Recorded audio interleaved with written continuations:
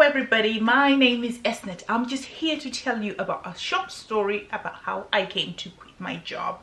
The reason I'm telling you this story is I genuinely believe that wise men learn from the experience of fools. Fools learn from their own experience. So let me be your fool today and give you my experience. But before I get into all of that, please subscribe.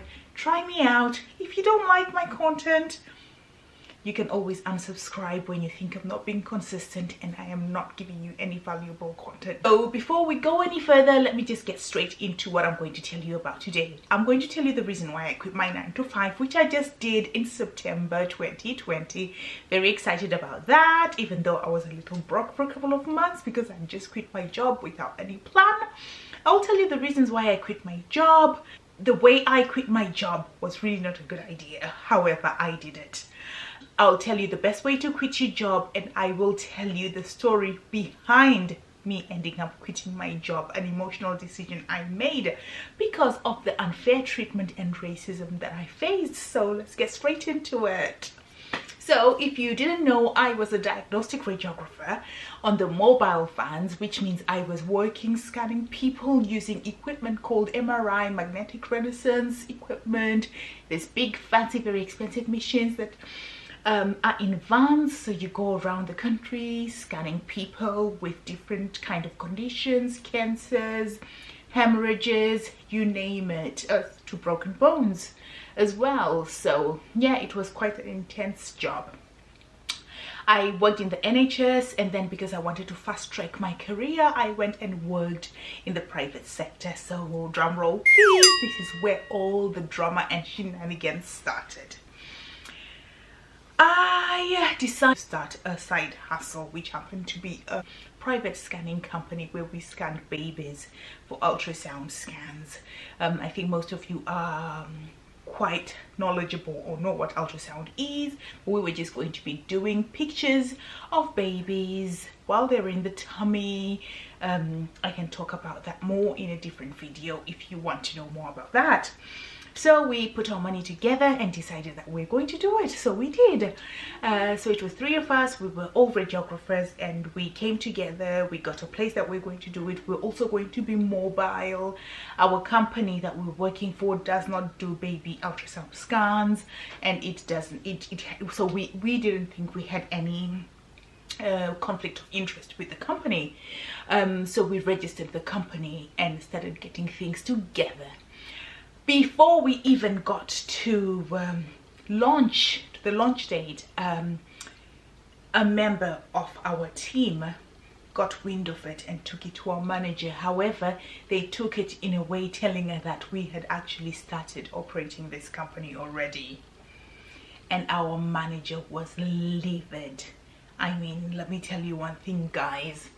If you're a jealousy person out there who does not like to see other people succeed, get well soon, because it is seriously an illness, being jealousy of other people. Just go out there, do what you have to do for you, and be out of other people's business. Anyway, if you were the one who reported us to the manager, you did us a favor. Look at me now. Besides, let me just get straight into it and tell you exactly what happened after this. You know what, it was exactly 4 days before New Year 2018. Was it New Year 2000? Yes, I'm sure it was New Year 2018. We got phone calls, all 3 of us, telling us that we were on notice. We were in breach of our contracts and we were in very big trouble. Meetings were going to be arranged and HR was going to be informed. All this came from my line manager. So I straight away called HR to figure out what was happening. HR said they knew nothing about what was going on. So I kind of started knowing or seeing that this woman was lying, because HR surely could have just told me, yeah, there's some investigation happening, we can't tell you anything about it. So I thought, oh, okay. So of course you can imagine that getting into New Year was horrid because we're so worried and stuff like that. But the only good thing was we hadn't started the business at this point. So this woman came in all guns blazing, not having full information, because even though the company was registered on Company House, it had not started running at all. We didn't even have the equipment, we didn't even have the clients. So really she just jumped into the deep end for no reason whatsoever. And long story short, it took roughly about 3 months. At the end of it, this woman gave us meetings, emails, it was intimidation, harassment, you name it.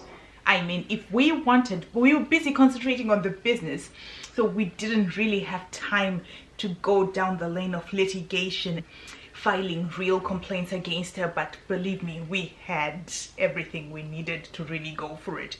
But our heads and everything were so focused on the business that we didn't want to screw that up by taking our energy towards legal action with her.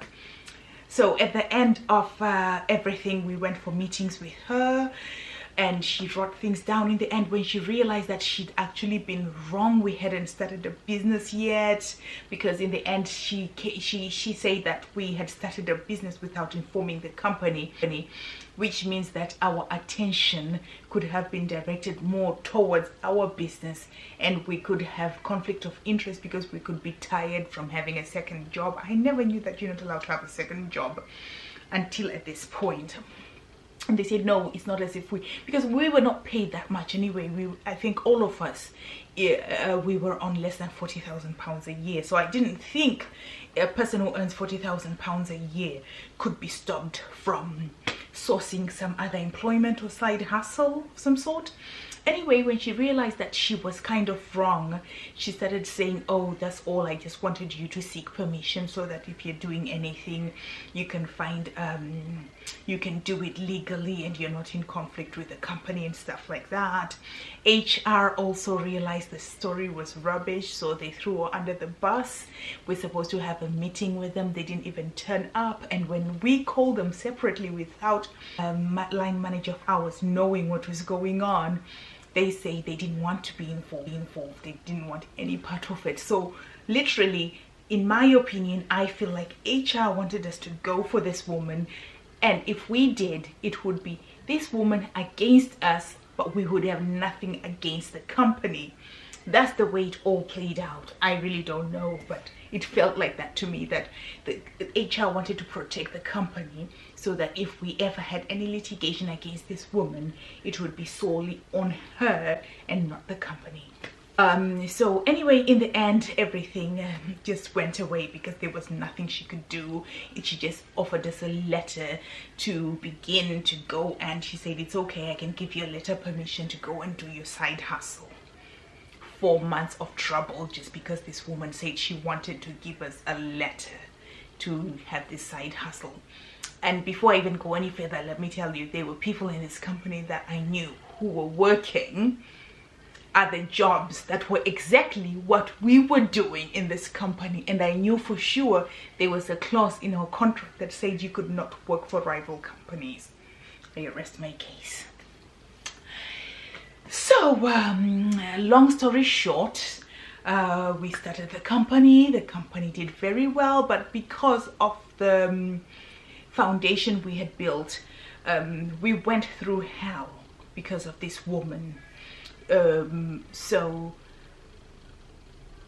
we went through hell because of my manager. So that means by the time we were trying to get into the company, everybody was drained. We'd put in a lot of money. By the time we started getting loads of customers coming in, the business starting to stabilize, there was a lot of conflict between us. Not mainly between two of the other people that I owned the business with, and we had to close the business down. That was my first experience of having a failed business. I put it down as a failed business because I really expected this to be something that flourishes, but it wasn't meant to be so. But I took the experience from there and carried it on to my next move. I still remained in my day job while all this happened. But the one thing that I can tell you that I took away from this is I knew for sure I never wanted anybody to have that much control over me. I never wanted somebody to detect how much I can earn in this life, because that's pretty much what I heard when the manager said you cannot work without permission. So if she had said to me, no, you can't work, it means that I just have to rely on that little income that I was getting from them alone. I decided to myself something had to be done, and it had to be done now. I was never, ever, ever, ever going to put my future and the future of my children into anybody's hands, so much so that somebody could tell me how much I could earn and what I couldn't earn. I just thought, this can't do. So I started putting in a game plan of how I could exit my 9 to 5.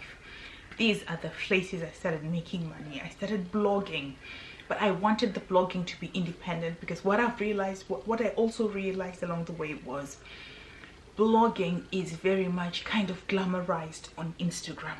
But I knew of bloggers who were making money without being that famous on Instagram and such platforms. So I knew it could be done. So I enrolled in a course. If you want me to give you this information, let me know in the comment section below, and I will do a separate video exactly how I did it. I created a blog. I'll tell you everything step by step, how it happened, and I started earning money from blogging. It was one source of income.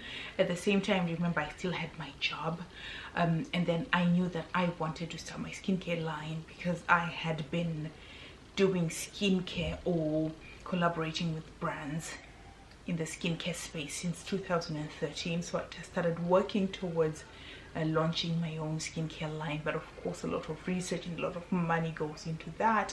So I put all my money into this venture as well that I was getting from work and from the vlogging.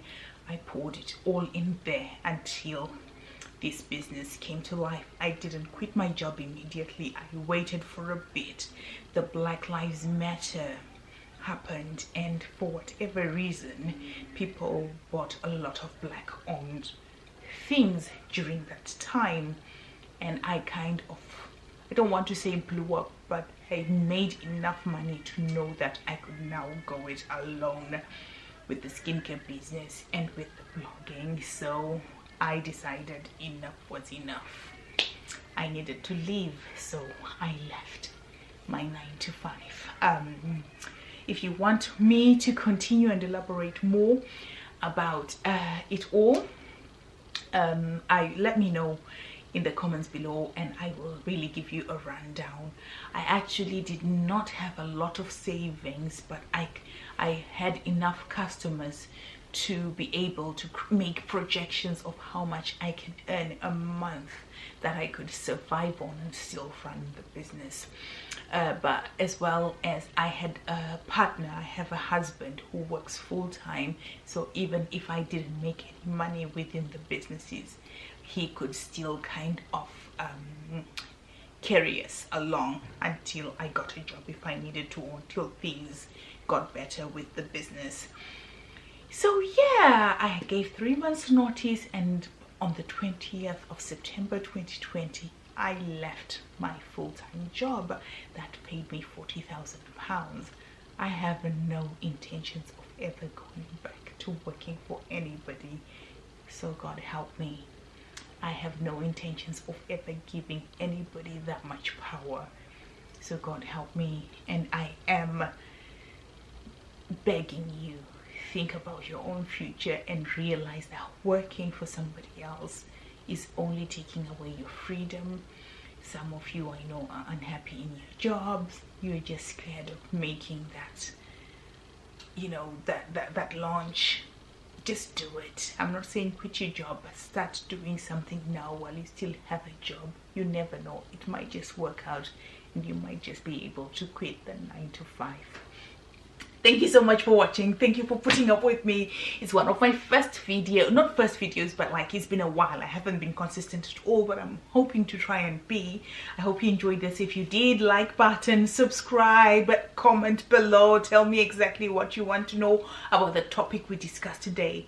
I will see you again next week. It's going to be 1 video a week you should expect from me. Love you.